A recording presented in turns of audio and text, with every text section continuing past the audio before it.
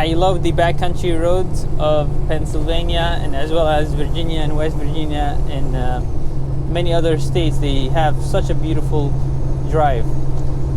Also, what I was gonna say, whenever I get a direction like shipper or receiver, before I head down there, I go ahead and put my map on satellite and look at it from the top, and just to make sure that I can get in and out of the property easily, or at least I know where the entrance is and how the building layout is. So for this one particularly, it didn't look like the place was a big warehouse or a big shipper. It looked like they are just a small dirt parking lot kind of a shipper. So that's why I was kind of concerned, and I also did not see any semi-truck in their lot. And because of that, I'm wondering if the address is correct. Usually for dry van loads, you would see a big parking lot, and sometimes you could even see trucks from the satellite. So, but it wasn't the case for this shipper. Anyhow, we have 8 more minutes to find that out.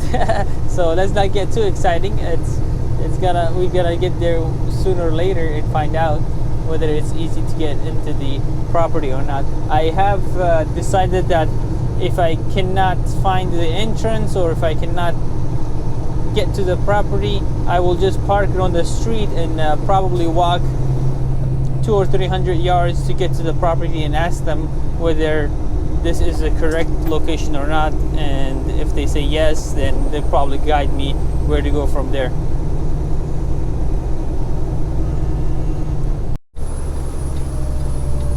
This is the entrance that I was talking to you guys about. I gotta off track as much as I can, and there's a truck coming up.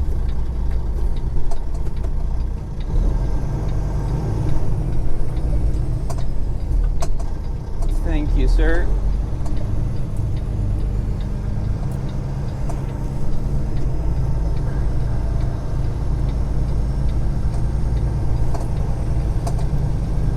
Such a nice gentleman. I am clear thanks to this guy. Alright, yeah. Well, from the satellite, it didn't look like they had any docks on the property, but it looks like I can see a semi-truck backed up to a dock. How tight it is, I don't know. It looks like it's, well, they have plenty of space, I guess. So I'm gonna park it right here and go check in first and see what they say.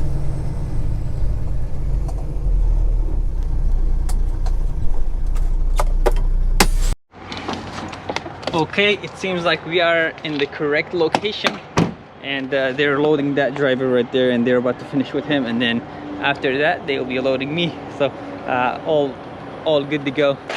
It was funny when I was looking at this property from the satellite, it didn't show that it was gonna be as wide as it is in reality. Anyways, for those who did not watch my last video, I picked up this trailer from Copart auction, and it is 2022 Great Dane, and this is my first load with it. So let's see how it holds. I did replace a tire on the rear outer tire on the tandems, and other than that, the trailer is almost in perfect condition. It looks like it has been used just a little bit, but no problem whatsoever with the trailer. So let's wait for our turn, and once they call us up, or once we see the other driver pulling up, then we will go ahead and head up there. There is not much of a room where that pickup truck was, so I'm gonna have to swing as left as possible, so I don't have to do much. I don't have to jackknife my truck. So that Walmart driver wanted to cut in front of you, or at least he went over there and he was trying to set himself up as the other driver was pulling up. that driver right there. So I just ran out there and said, hey, I am the next in line, buddy. Can we just jumping in? And he was nice about it. So waiting for that guy to pull up, and we'll be next.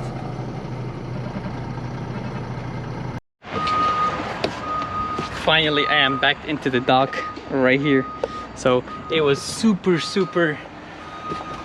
tight over here. I had to go all the way over there and back in, and when you back up, obviously you can't just center your truck and trailer. So what I did, I backed up and then I went this way, and as I was blindsiding it in, that Volvo driver, he came and helped me out and watched my blind spot. So that was a very helpful of him. This place is super tight. I am not excited about that, but we made it. And also they had this truck over here. I don't know why. I asked them to move it, and they're like, no, we don't want to move it. Had that truck not been there, I probably could have had a easier way of backing out. But we're at the dock and they are loading us now, so we should be out of here maybe within 30 minutes. Where's the address you're gonna go to? Is it the Tucson address? Yeah. You're going all the way to Arizona? Say that again? You're going all the way to Arizona with Yes, it? sir. That Tucson on the bottom. Perfect. It's going, I think it's going to an Amazon facility.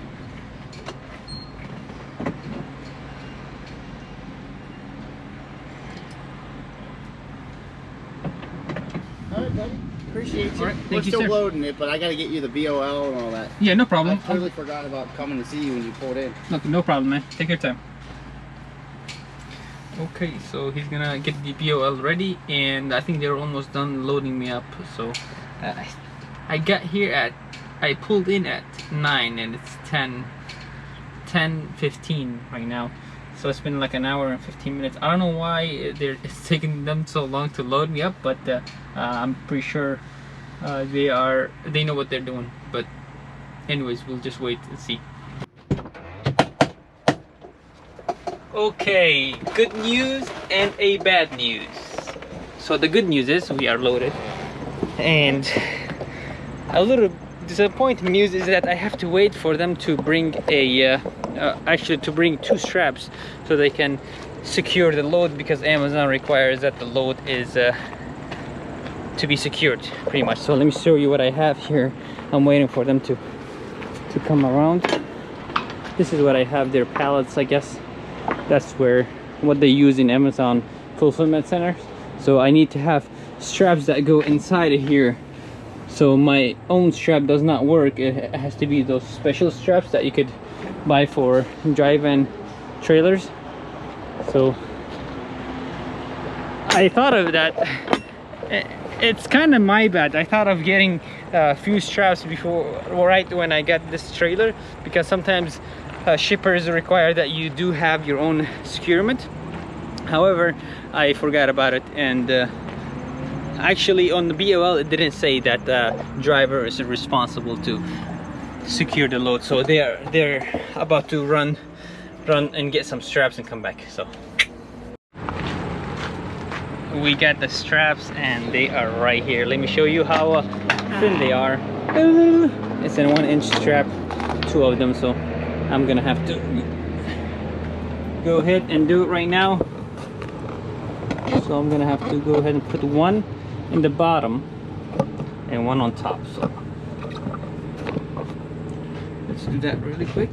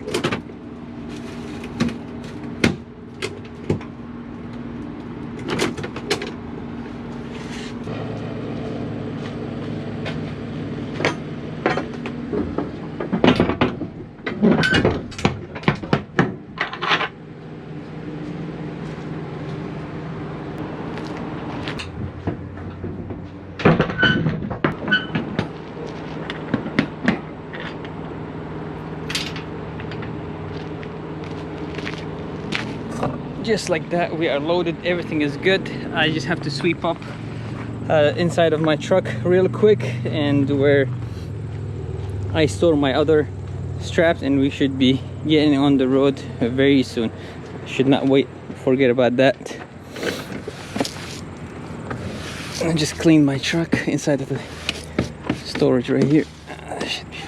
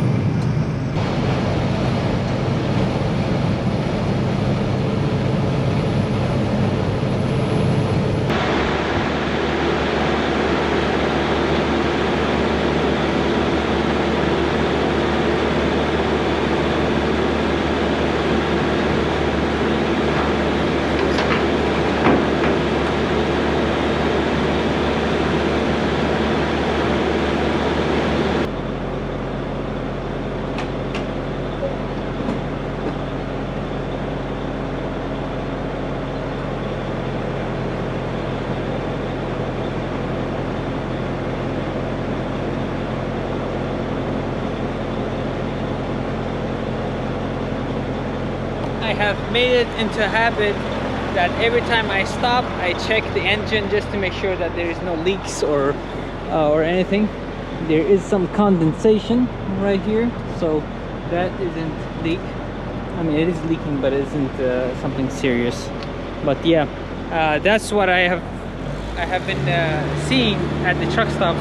Owner operators open their hood and check everything and make sure that you don't have a leak or anything that needs to be fixed right away.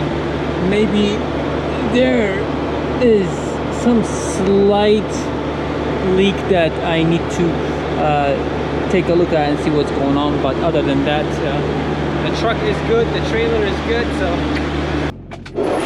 what are we having for lunch, Yusuf? We got sweet tea, and we got I found a Indian restaurant, so I got rice, pretty basic, and something that I've never had before is, come on now, don't embarrass me in front of the camera. It's called paneer bhurji. It looks like it's potato mixed with onions, cheese, eggs, and a bunch of other stuff. And I asked them to make it very mild and not hot because I can't handle it. Mucho caliente. Anyway, so let's have that really quick. First of all, let's taste it.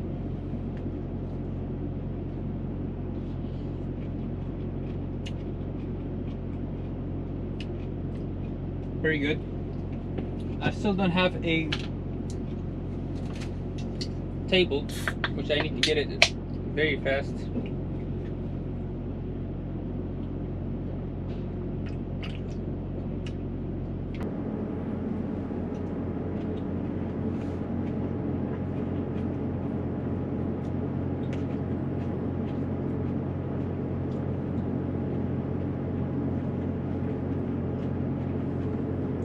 Good morning somewhere from New Mexico. I'm currently on State Route 54 and look at this view.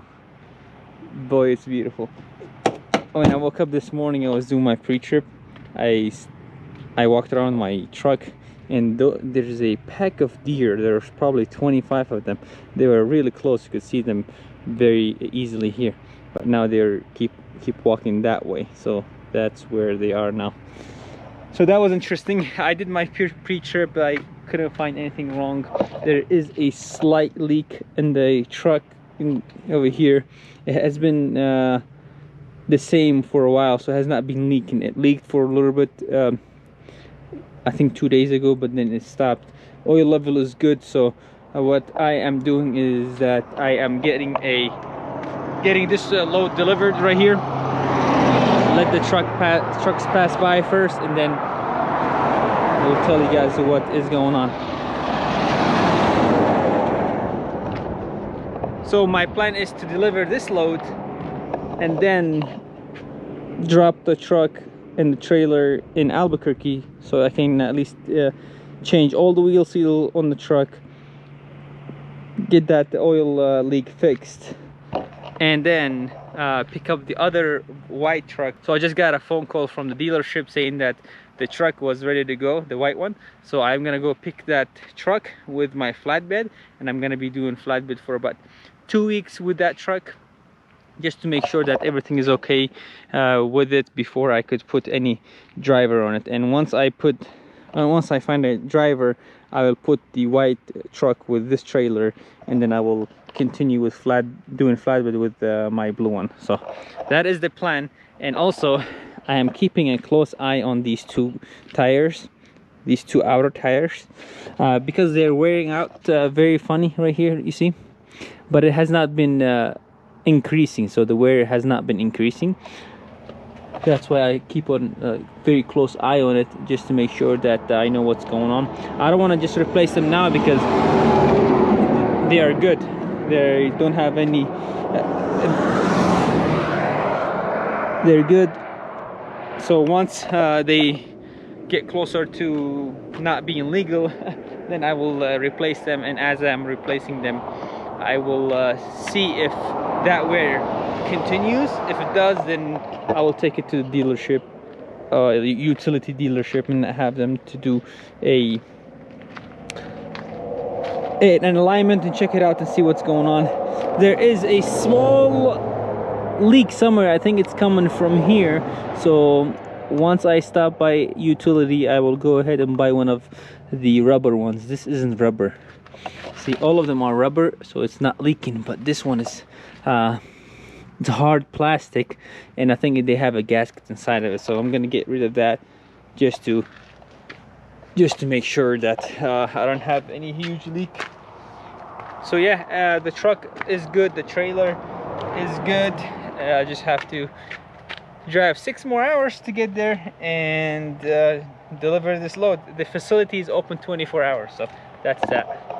So enough talking, let's get on the road.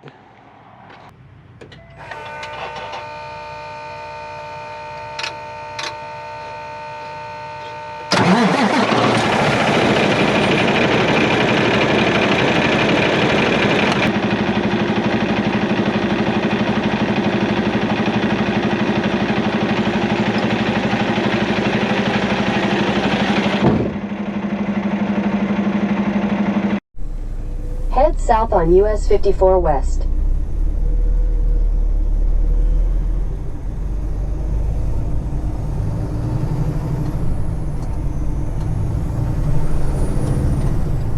Continue on US 54 West for 51 miles. So we have about 400 miles to do.